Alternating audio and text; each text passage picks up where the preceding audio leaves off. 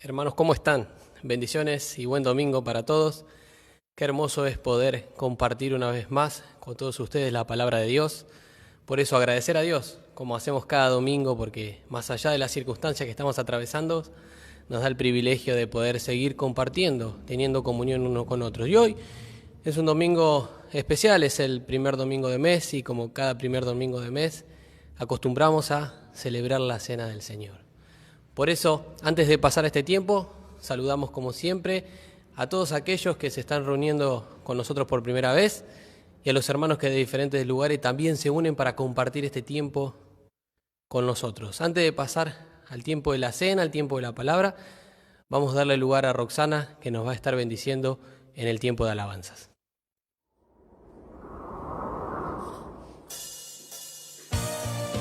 Hola, buenas tardes.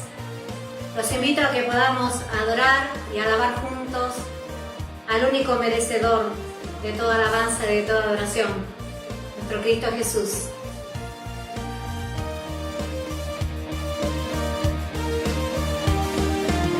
Quien rompe el poder del pecado, su amor es fuerte y poderoso, el Rey de gloria, el Rey de majestad.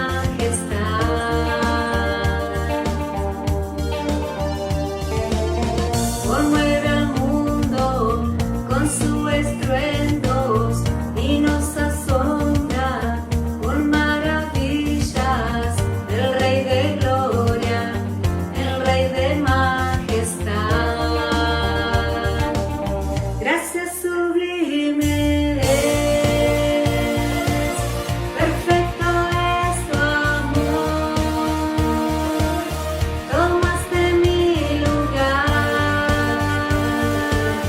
cargaste tú mi cruz, tu vida diste ahí, y ahora libre soy.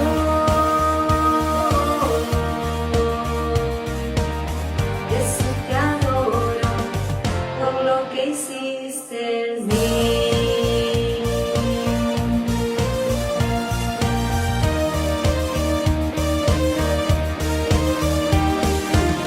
Pusiste en orden todo el caos, nos adoptaste como tus hijos, el Rey de gloria, el Rey de majestad, el que gobierna con su justicia y resplandece con su belleza, el Rey de gloria, el Rey de majestad. Gracias sublime es, perfecto es tu amor. Tomaste mi lugar, cargaste tú mi cruz, tu vida diste ahí, y ahora libre soy.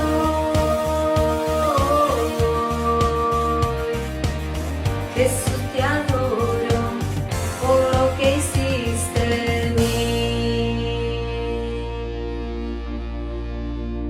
Digno es el Cordero de Dios, digno es el Rey que la muerte venció, digno es el Cordero de Dios, digno es el Rey que la muerte venció, digno es el Cordero de Dios, digno es el Rey que la muerte venció, digno es el Cordero de Dios, digno, digno, digno.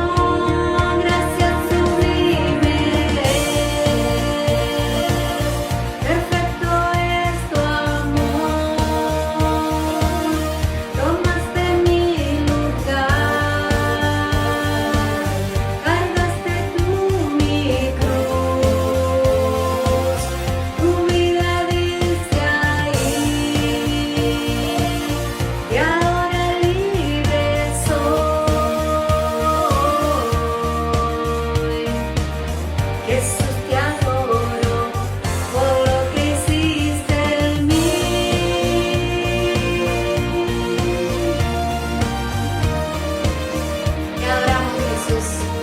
digno eres de recibir toda alabanza y toda adoración.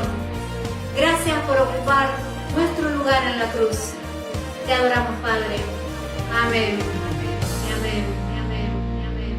Amén. Muchísimas gracias, Roxana. Gracias a Dios por este tiempo de alabanza que ha sido de bendición. Gracias, sublime gracia.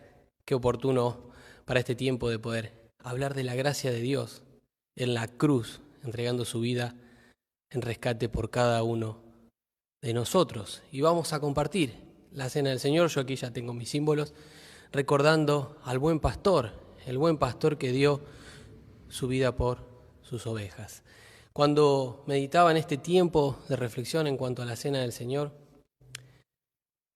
es muy particular encontrar que se comparte, obviamente, cuando vamos a hacer memoria del sacrificio del Señor en la cruz, el Evangelio, por ejemplo, cuando el Señor instituyó la cena, que se nos recuerden los símbolos, su significado, por qué estamos tomando la cena también. Quizás en otras veces se nos comparte un poco de Isaías 53, quizás se nos comparte también el Salmos 22, quizás se habla también de Getsemaní. Pero meditando en poder compartir este tiempo de Santa Cena, también me encuentro con el apóstol Pablo en 1 Corintios capítulo 11, hablando a la iglesia de Corintios. Sabemos que cuando Pablo escribió la carta a los hermanos de la iglesia de Corinto, le escribió a una iglesia desordenada. Le escribió a una iglesia que estaba teniendo problemas en cuanto a la unidad, porque dice que había divisiones. Le escribió a una iglesia que estaba teniendo problemas en cuanto a las filosofías humanas que estaban queriendo introducirse en la iglesia y desplazar la palabra de Dios y su autoridad. Encontramos también que Pablo escribe porque había un hermano que había caído en un pecado. Vemos también que había problemas con los dones. Y ahora nos encontramos acá en el capítulo 11, entre tantas otras cosas que Pablo escribe, reprendiendo a los hermanos. Por eso Pablo se ve obligado a escribir en cuanto a la Santa Cena. Ellos habían llegado a un punto que habían pervertido el verdadero significado de la Cena del Señor. ¿Qué pasaba con estos hermanos en la iglesia de Corintios? Ellos acostumbraban a compartir una cena antes de la Cena del Señor, que era conocida y es conocida como el banquete del amor, es decir, el banquete ágape.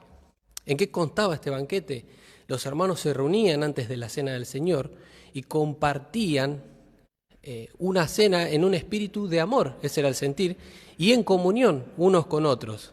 ¿Y cuál era la idea? Compartir los alimentos, tener comunión para luego participar de la Cena del Señor. ¿Pero qué pasaba?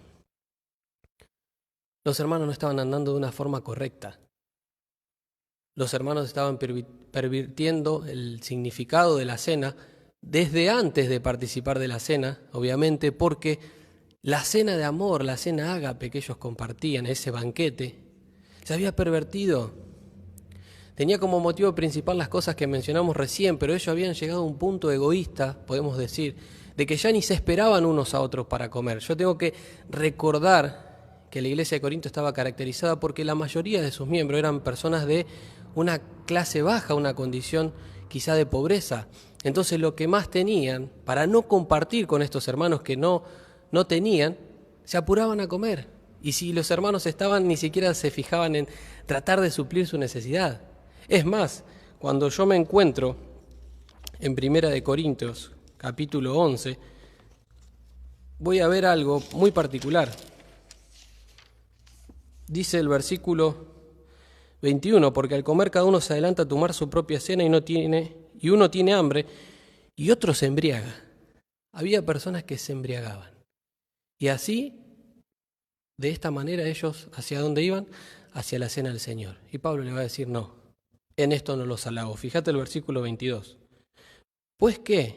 ¿No tenéis casas en que comáis y bebáis, o menospreciáis la iglesia de Dios y avergonzáis a los que no tienen nada? ¿Qué diré? Los alabaré, en esto no los halago. Pablo no le estaba diciendo, gente, si tienen necesidad de hacer esto, háganlo en su casa, que está bien. No lo hagan aquí en la iglesia. No, lo que Pablo está haciendo es una reprensión enérgica. Le está diciendo su conducta no está siendo correcta. Su andar y la manera en la que se están conduciendo unos con otros no está bien. No pueden seguir haciendo esto, y mucho menos participando de esta manera de la cena del Señor. Entonces, me encuentro en el versículo 23 en adelante, Pablo hablando del propósito de la cena. ¿Sí? Y va a hablar del 23 al 26 en cuanto a esto. Entonces, Pablo los tenía que exhortar. Pablo lo estaba reprendiendo. Ellos habían quitado el significado que la cena del Señor tenía que tener. Lo habían convertido en un ritual, en algo religioso, en una ceremonia. ¿Por qué? Porque era algo vacío, algo vano para ellos participar en esa condición. Ellos estaban enfocados en ellos mismos y no en lo que tenían que estar enfocados, que era en el Señor. Entonces Pablo en el versículo 27 dice: de manera que cualquiera que comiere de este pan o bebiere esta copa del Señor indignamente, será culpado del cuerpo y de la sangre del Señor. Y ahí me encuentro con una palabra particular, y es la palabra indignamente. Y la palabra indignamente es la palabra anaxios, que me da la idea de que de algo hecho de una forma irreverente, o sea, de algo hecho de una mala manera. Y así era como estos hermanos estaban yendo a la cena del Señor. Y Pablo dice: cualquiera que comiere este pan o bebiere esta copa indignamente será culpado del cuerpo y de la sangre del Señor. La palabra culpado ahí me habla de qué? De que no podemos ir a la cena del Señor con una actitud indiferente, como que es un momento más. Pero que tampoco puedo ir a la cena del Señor aferrado a mis pecados. Yo necesito tener un tiempo con el Señor para ir limpio a su presencia y para que nada me estorbe al adorarle, al alabarle por el sacrificio que Él hizo por nosotros. Fíjate que Pablo, en el versículo 23 al 26, él va a describir la ordenanza que el Señor dejó en cuanto a la Santa Cena y va a mencionar 2 veces la palabra memoria. Haced esto en memoria de mí cuando participamos del cuerpo, y haced esto en memoria de mí cuando participamos de la sangre. Y ahí la palabra memoria me habla de un recuerdo activo, algo que todos los días de mi vida tiene que estar presentes. Y esa es la actitud correcta en la que nosotros tenemos que venir a este tiempo. Recordando que el sacrificio del Señor en la cruz por nosotros, recordando y proclamando su muerte en la cruz por cada uno de nosotros, anunciando su venida, como dice también acá Pablo, pero también disfrutando de este tiempo de comunión con el Señor y con los hermanos. Así que yo te voy a animar a que ahora oremos. Oremos y podamos pedir al Señor, si es necesario, perdón por no venir a esta celebración con un corazón correcto, que quizás se volvió algo rutinario o quizás se volvió algo como un ritual o una ceremonia, que podamos realmente poner sentido a estas cosas. Pero también quizá algún pecado que corta esa comunión, que no me deja entrar limpio a la presencia del Señor, lo podamos dejar ahora. Ahora es el tiempo.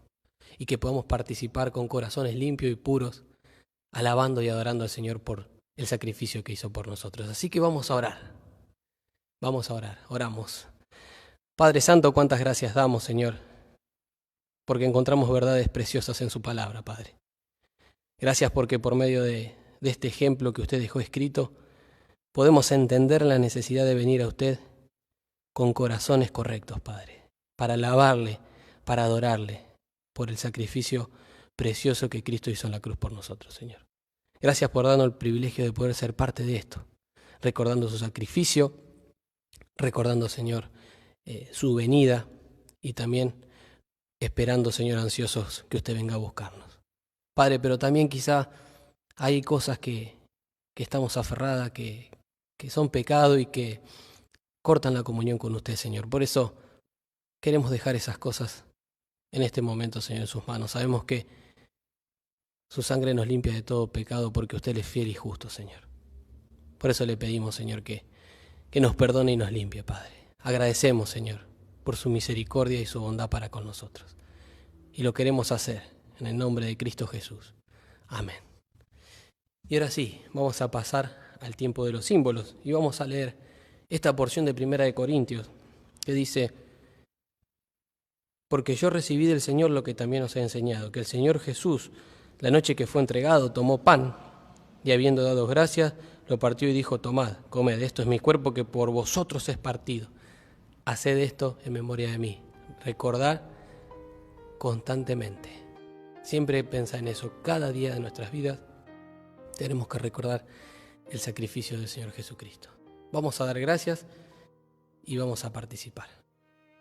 Padre Santo, volvemos a su presencia, pero esta vez en gratitud por el precioso sacrificio. Gracias, Padre, porque no escatimó a su Hijo, Señor, y Él fue a la cruz a tomar nuestro lugar para que hoy nosotros podamos tener perdón de pecados, Señor. Gracias por Cristo y gracias por su sacrificio precioso en nuestro lugar, Señor. Se lo agradecemos. En el nombre de Cristo Jesús oramos. Amén. Participamos.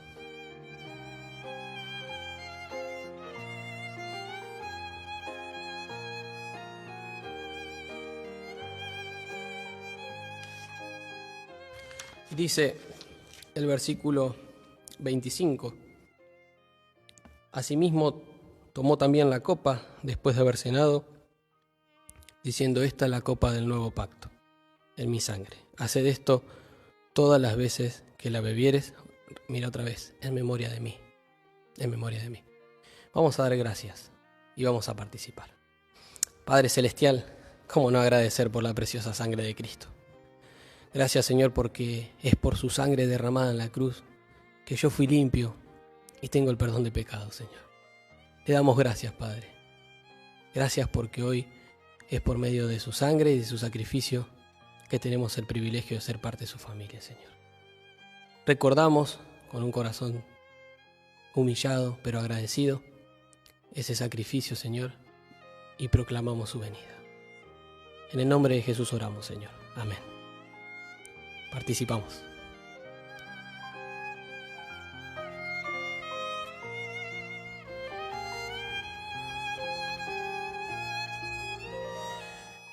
El buen pastor su vida por las ovejas da.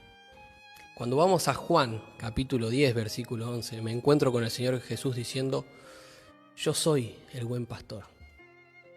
Cuando voy al Salmo 23 me encuentro con Jehová, dice: Jehová es mi pastor. Entonces me encuentro ahora en el Nuevo Testamento con el Señor Jesucristo reclamando su lugar. Él es el buen pastor y dice: el buen pastor su vida por las ovejas da. Y esa frase de que su vida por las ovejas da es una referencia al sacrificio en la cruz que Jesucristo iba a hacer por sus ovejas. Jesús es el buen pastor. Y cuando yo pienso en Jesús como el buen pastor, como lo mencionamos recién, voy al Salmo 23, con que me encuentro ahí, porque me encuentro ahí, con que Jehová es mi pastor. Y este es un salmo en el que si venís de una familia cristiana o creciste en la iglesia, seguramente lo tenés de memoria, porque en algún momento lo has tenido que memorizar. O quizá se ha predicado tantas veces que quizá ya lo recordás. Entonces, yo quiero que meditemos en esto. ¿Por qué? Porque yo necesito saber y tener la certeza de si realmente Jehová es mi pastor. Si es el Señor Jesucristo quien hoy está pastoreando mi vida. Por eso vamos a ir al Salmo 23. Y vamos a responder esta pregunta, cada uno en la intimidad de su corazón. El Señor está pastoreando mi vida. Y una vez un profesor compartió la importancia de que nosotros podamos mirar la función del pastor. ¿Por qué? Porque él decía que por medio de entender todo lo que el pastor hacía por sus ovejas, nosotros íbamos a sacar una mayor riqueza y entender a más a profundidad lo que el Señor Jesús ha hecho por nosotros y quiere hacer también con nosotros. Entonces, dijimos, todo lo conocemos, alguna vez habemos escuchado. Jehová, Cristo, el Señor, ¿es el pastor de mi vida?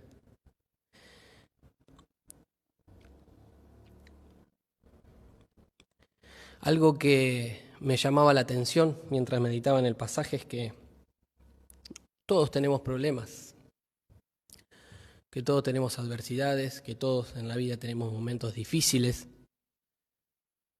que va a haber luchas, pero que cuando uno se encuentra con la realidad de la iglesia, no todas las personas o miembros de la iglesia, hablando de iglesia universal, al nivel universal, recurren al buen pastor para llevar esas cargas, para afrontar ese momento, sino que recurren ¿a qué? A cosas externas, a métodos que no son los que Dios tiene en su palabra para nosotros. Entonces, como te decía, quizá lo conocemos hasta de memoria este pasaje. Quizá lo hemos escuchado predicar muchas veces, pero quizá me cuesta confiar. Y yo estoy en esa adversidad, en esa lucha, en ese problema, en esa circunstancia adversa. Y recuerdo este salmo, pero me cuesta vivirlo, porque me cuesta confiar, porque quizá me cuesta descansar en el Señor. ¿Por qué? Y mayormente es porque quiero una respuesta inmediata. Yo no puedo esperar, quiero que esto se solucione ya. O quizá porque lo quiero resolver a mi manera. Y no quiero que sea la manera de Dios. Y quizá eso me lleva ¿a qué? A buscar el consejo en el mundo y no en la palabra de Dios. Por eso quiero animarte hoy que tomemos una decisión de que si el Señor no es el pastor de mi vida, Él pueda pastorearla. Entrégale tu vida. Y como dice el versículo 1, Jehová es mi pastor, nada me faltará, y que sea una realidad. Que sea una realidad.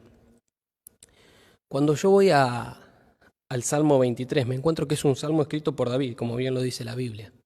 Pero yo tengo que entender algo fundamental. Cuando David escribe este salmo, no lo hace en la mejor época de su vida, no lo hace cuando estaba reinando y que iba victoria tras victoria conquistando, no. Él lo hace cuando estaba siendo perseguido por Absalón. Y los que conocen la historia de la persecución de David a Absalón sabe todo lo que David tuvo que afrontar en ese momento. Y es ahí en ese momento cuando David escribe el Salmo 23. Y es maravilloso, porque David me enseña que a pesar de esa tormenta, de esa adversidad, de esa dificultad que él estaba atravesando, se estaba deleitando en el Señor. Y eso es lo que nosotros necesitamos aprender hoy. A deleitarnos en el Señor, no importa la circunstancia, no importa dónde me encuentre. Necesito deleitarme en el Señor. La oveja. Vamos a ver un poquito la oveja. La oveja es un animal dependiente. La oveja es uno de los animales, si no el animal más dependiente que existe en la tierra. Y si algo necesita la oveja es escuchar la voz del pastor. Porque ella depende y de su vida depende ¿de quién? Del pastor. Literalmente. Y ahora lo vamos a ir viendo un poquito. Entonces la primera aplicación que yo puedo sacar al ver estas características en la vida de una oveja y que la palabra de Dios dice que Jesús es el buen pastor y que nosotros somos sus ovejas es seamos dependientes del buen pastor. Versículo 2.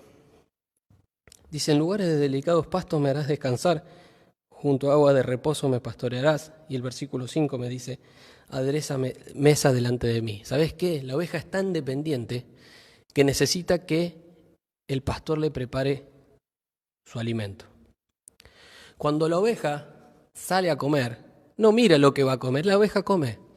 Todo lo que tiene delante lo come.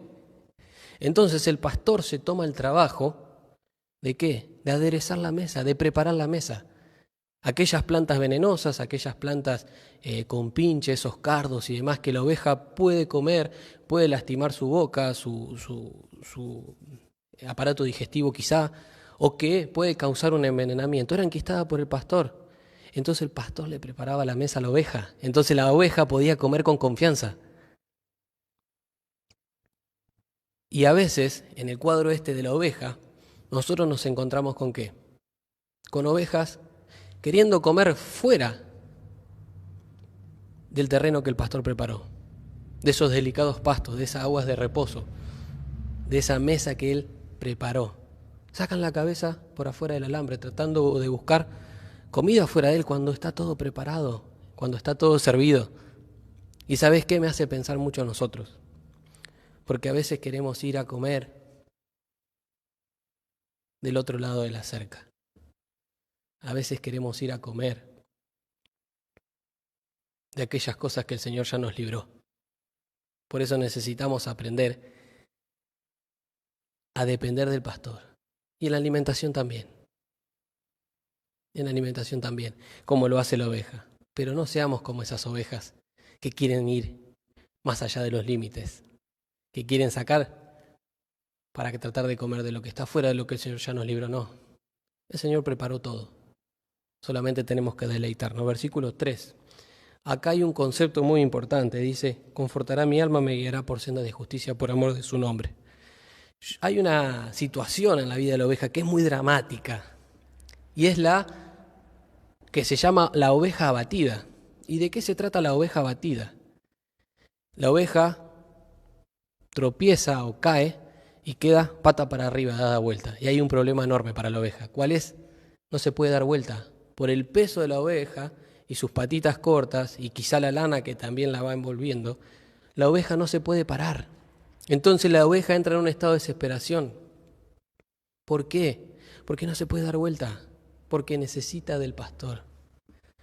Entonces, ahí empieza la oveja a luchar por su vida. Y esto de luchar por su vida, entrar en desesperación, lo único que provoca es una muerte más rápida en la oveja, porque se desespera de tal manera que provoca un infarto y ella muere instantáneamente.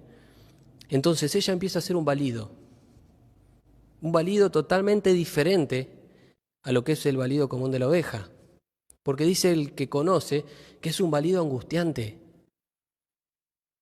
que la oveja transmite esa angustia de que se está muriendo. Entonces, el buen pastor que conoce a sus ovejas, que conoce su situación, quizá angustiante, quizá desesperada, quizá abatido,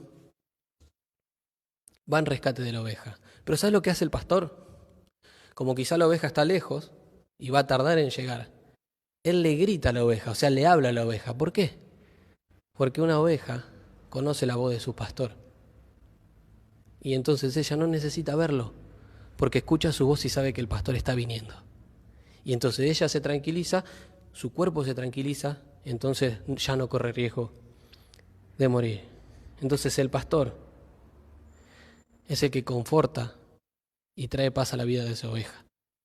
Y así como dice aquí, confortará, o sea, restaurará, es lo que hace, la pone en pie y la oveja sigue. Y es lo mismo que el Señor hace con nosotros cuando Él pastorea nuestras vidas. ¿Estás abatido? ¿Estás desesperado? ¿Estás angustiado? Escucha la voz del pastor. Él conforta nuestra alma y trae paz a nuestra vida. Versículo 4. Aunque ande en valles de sombra de muerte, no temeré mal alguno, porque tú estarás conmigo. La presencia del pastor. Recién hablábamos de la voz del pastor y que la oveja estando en esa situación quizá no veía al pastor porque el pastor estaba llegando, pero sí escuchaba su voz y ya había paz. Y aquí la oveja va a estar en paz, sabiendo que el pastor está y aunque no lo escuche, ella sabiendo que está, ella ya está tranquila. Es más, el contexto me describe a mí un ambiente peligroso, es decir, que la oveja podía estar rodeada de lobos o algún animal que esté al acecho para atacarla, y sin embargo ella iba a estar tranquila. Ella iba a estar tranquila. ¿Por qué? Porque sabía que el pastor estaba ahí. Sabía que el pastor estaba ahí.